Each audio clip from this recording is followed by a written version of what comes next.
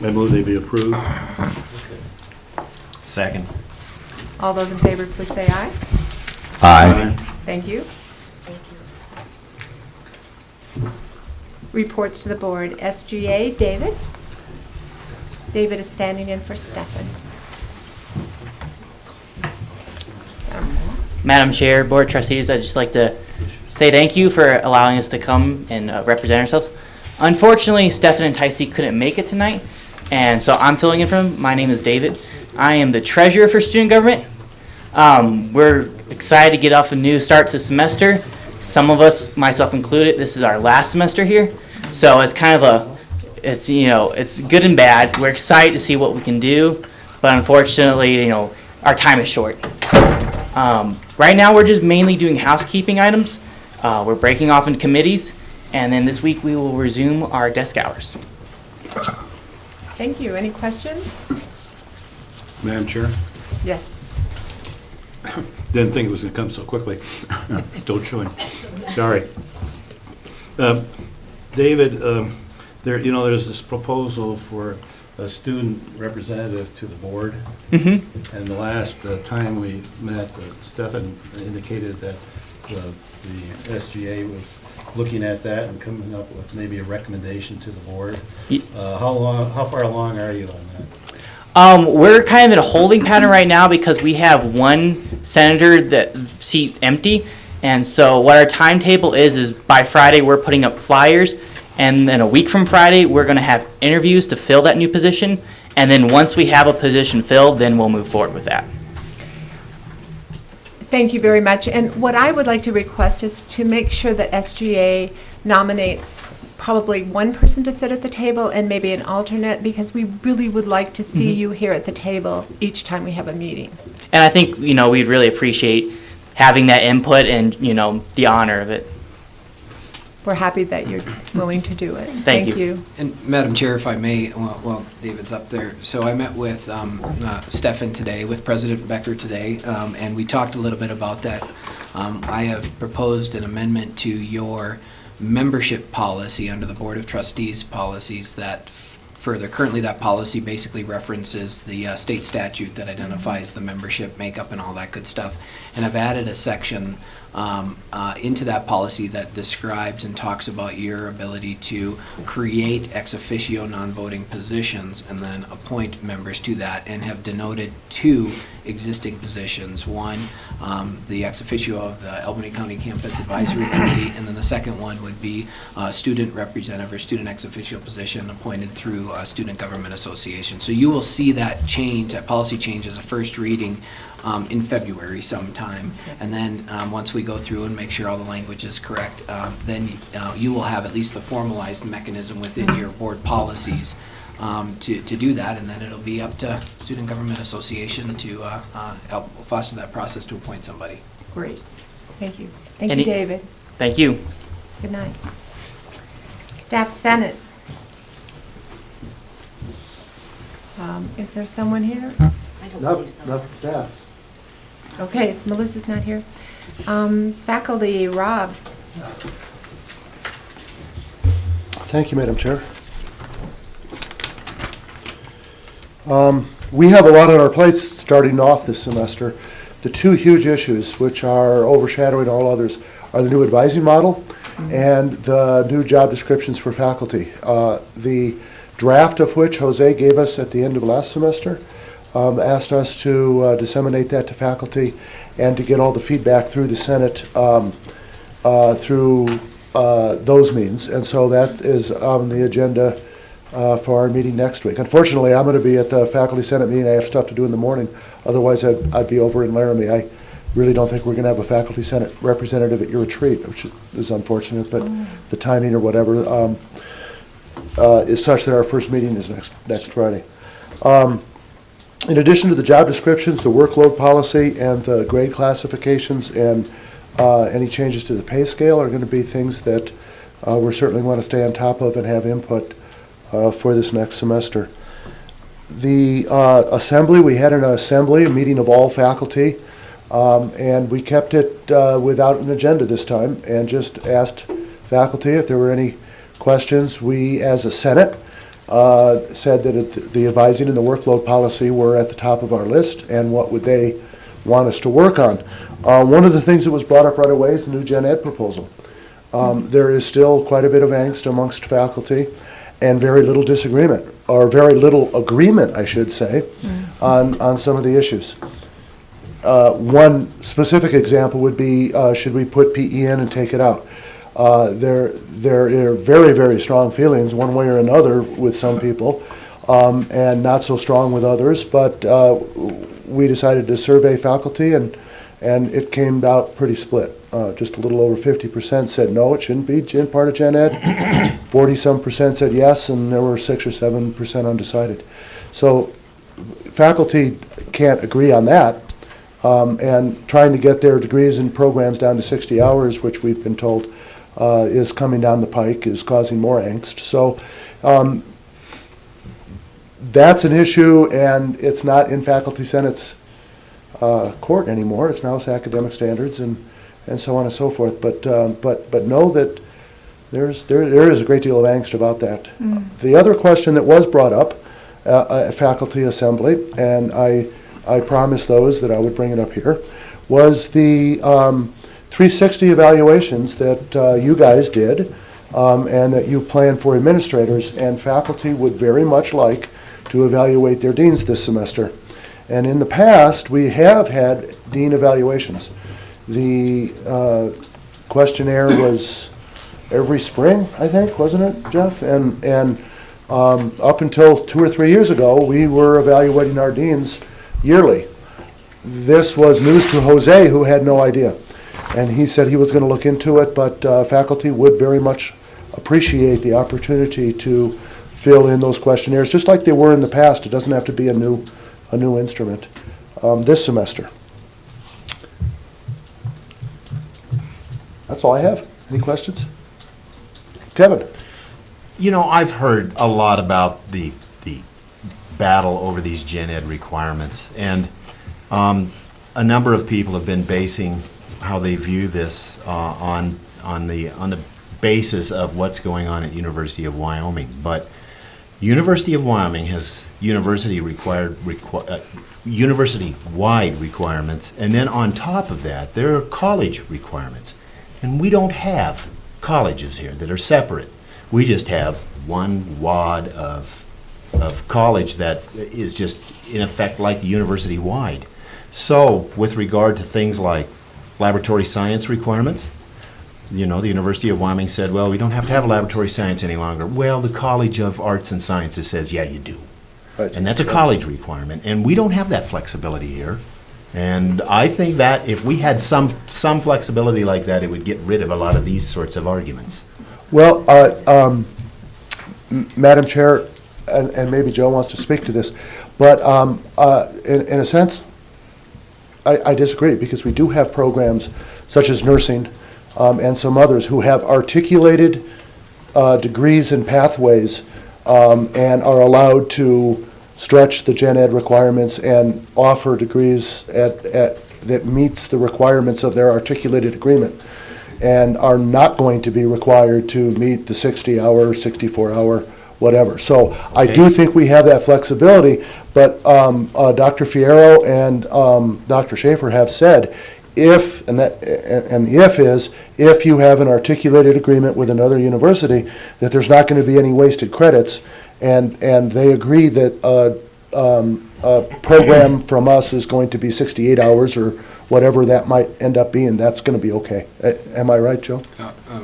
Madam Chair, members of the board, we'll talk about that. You have a first reading of the policy that he's referencing there that talks about credit thresholds, and so I'm sure we'll have some conversation about that there. Within the policy, and then within the procedure that follows that, there is a mechanism for an exception request when programs cannot conform with that, and based on a variety of reasons, and there's a process in which they advance that request through academic standards, the academic officer, me, and ultimately to you, where you'll have to decide whether or not we give programs an exception to that and look at the evidence with it. So yes, there is a mechanism that when programs can't, and there's legitimate reasons that they cannot, that those will be on file, and we'll know that some programs are going to exceed the credit thresholds within that procedure.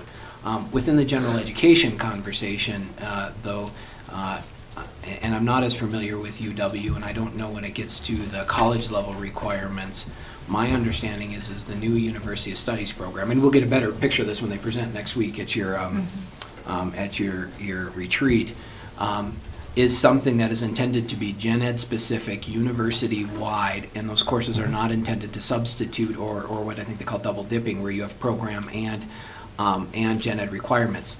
That said, in some cases, a lab science course may satisfy that, and it may be one of those prescribed advising things within a specific college. And the other thing that they've pointed out is I think, tried to stress here, both of these gen ed programs are actually credit reductions compared to what existed before, which gives up and frees up opportunities within the academic programs to continue to choose courses they feel are important for their graduates as a result of their program. And so there's I think a broadening misconception that it's restricting the number of courses that may fall within the programs, and gen ed doesn't do that. Certainly the proposed policy and procedure does provide some of those parameters to our programs. Madam Chair. Yes. As you indicated, Dr. Schaefer, we'll probably get to that, I guess, later when we look at the policy, but in the procedure, and I hear a lot of discussion that's typically using the 60, but in the procedure, it says 60 to 64, and I guess, I don't know, I'm concerned a little bit that we always hear the 60, we look for that bottom level, and yet it can be up to 64 in that procedure. So I just wonder how that's being presented. And Madam Chair, Trustee Mosier, not only that, but that pertains to Associate of Science and Associate of Arts degrees only. Associate of Applied Science actually have a credit threshold, I believe, of 60 to 72, recognizing that there may be cases as a quote-unquote terminal or applied degree, they may have to have additional technical coursework to be prepared for that occupation. And so I would say that we are far from the 60 is where everybody's going to be. And we've been communicating that out onto the campus, and folks have seen that. I can speak to my area of academics, and I have been in discussion with the computer science department at UW, and they have told me that they have been told that at some point in the next few years, they will have to get their degree down to 120. Our degree here on campus is sitting at 64 right now, our co-sci degree. And that includes the Coles 1000. The 120 hours includes the Coles 1000. So it hasn't been a mandate yet, but they have been told it probably will be within the next 2 or 3 years. Trustee Erickson, did you have a comment? Madam Chairman, did I hear you say that you thought it was unlikely that a faculty representative would not be at our board retreat in Laramie? Mm-hmm. Yeah, we have a faculty senate meeting that afternoon. Well, I think it's unfortunate. If you really feel it would be beneficial, I could certainly be over there in the morning if I could make it back in time for the meeting, which starts at 1. So I could probably make your morning session if that. Let me speak to that, if I may. You may. I think, given the evaluations and the various information that we've been getting about communication, vertical communication, up and down through the institution, that having a faculty representative and also a participant at our retreat would be quite useful. So I would encourage you, if you can, to come and join us, as long as you can be there. I will. I'll be there in the morning. Yeah. Thank And you very you much. can, And thank you for bringing the concerns to us. I've noted them and spoken to Joe briefly about one of them already, so thank you very much. Madam- Appreciate it. Madam Chair, could we keep him just a second longer, make him Sure, work more? you Okay. can make him work harder. Actually, the question probably answered by someone else, but as you've approached the job descriptions, or they've been presented to you folks, format-wise, because there are a number of different ways to develop and have job descriptions written, and I'm just wondering what particular approach are we using? I had asked about this about a year ago, and I'm just curious what methodology we're looking at.